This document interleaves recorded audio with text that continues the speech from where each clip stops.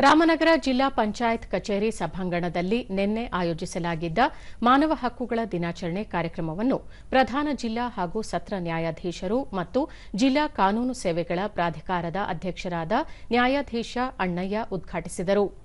ಕಾರ್ಯಕ್ರಮದಲ್ಲಿ ಮಹಿಳಾ ಮತ್ತು ಮಕ್ಕಳ ಅಭಿವೃದ್ಧಿ ಇಲಾಖೆ ಉಪನಿರ್ದೇಶಕ ಜಿಆರ್ ದಿನೇಶ್, ಜಿಲ್ಲಾ ವಕೀಲರ ಸಂಘದ ಕಾರ್ಯದರ್ಶಿ ಟಿ ತಿಮ್ಮೇಗೌಡ, ಕಾನೂನು ಕಾಲೇಜಿನ ಪ್ರಾಧ್ಯಾಪಕ ಎಚ್ಎಂ ಸುಮಂತ್ ಸೇರಿದಂತೆ ಅಧಿಕಾರಿಗಳು, ಗಣ್ಯರು ಹಾಗೂ ವಿದ್ಯಾರ್ಥಿಗಳು ಉಪಸ್ಥಿತರಿದ್ದರು.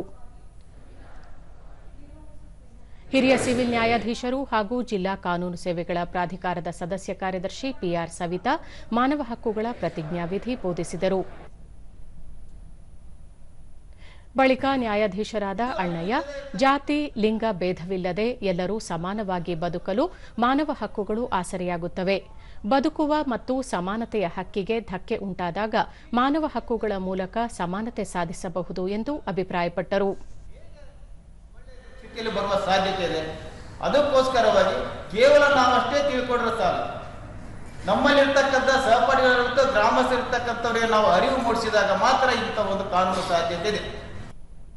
ಎಚ್ಎಂ ಸುಮಂತ್, 21ನೇ ಶತಮಾನದಲ್ಲಿ ಎಲ್ಲಾ ಧರ್ಮದವರನ್ನು ಸಮಾನ ಭಾವನೆಯಿಂದ ನೋಡಿಕೊಳ್ಳಬೇಕು.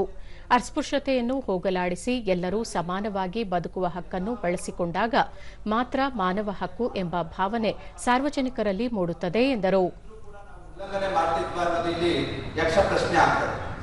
ಯಾಕಂತ ಹೇಳಿದ್ರೆ ಸುಮಾರು ವರ್ಷ ನಿಮ್ಗೆಲ್ಲರಿಗೂ ಕೂಡ ಬುಕ್ಕು ಕೊಟ್ಟಿದ್ದಾರೆ. ಆ ಬುಕ್ಕು ಕೊಟ್ಟಂತ ಸಂದರ್ಭದಲ್ಲಿ ಅಲ್ಲಿ ಮಾನವ ಹಕ್ಕುಗಳ ಕೋಟ್ಸ್ ಇದೆ. ಮೋಸ್ಟ್ ಎಲ್ಲರೂ ಕೂಡ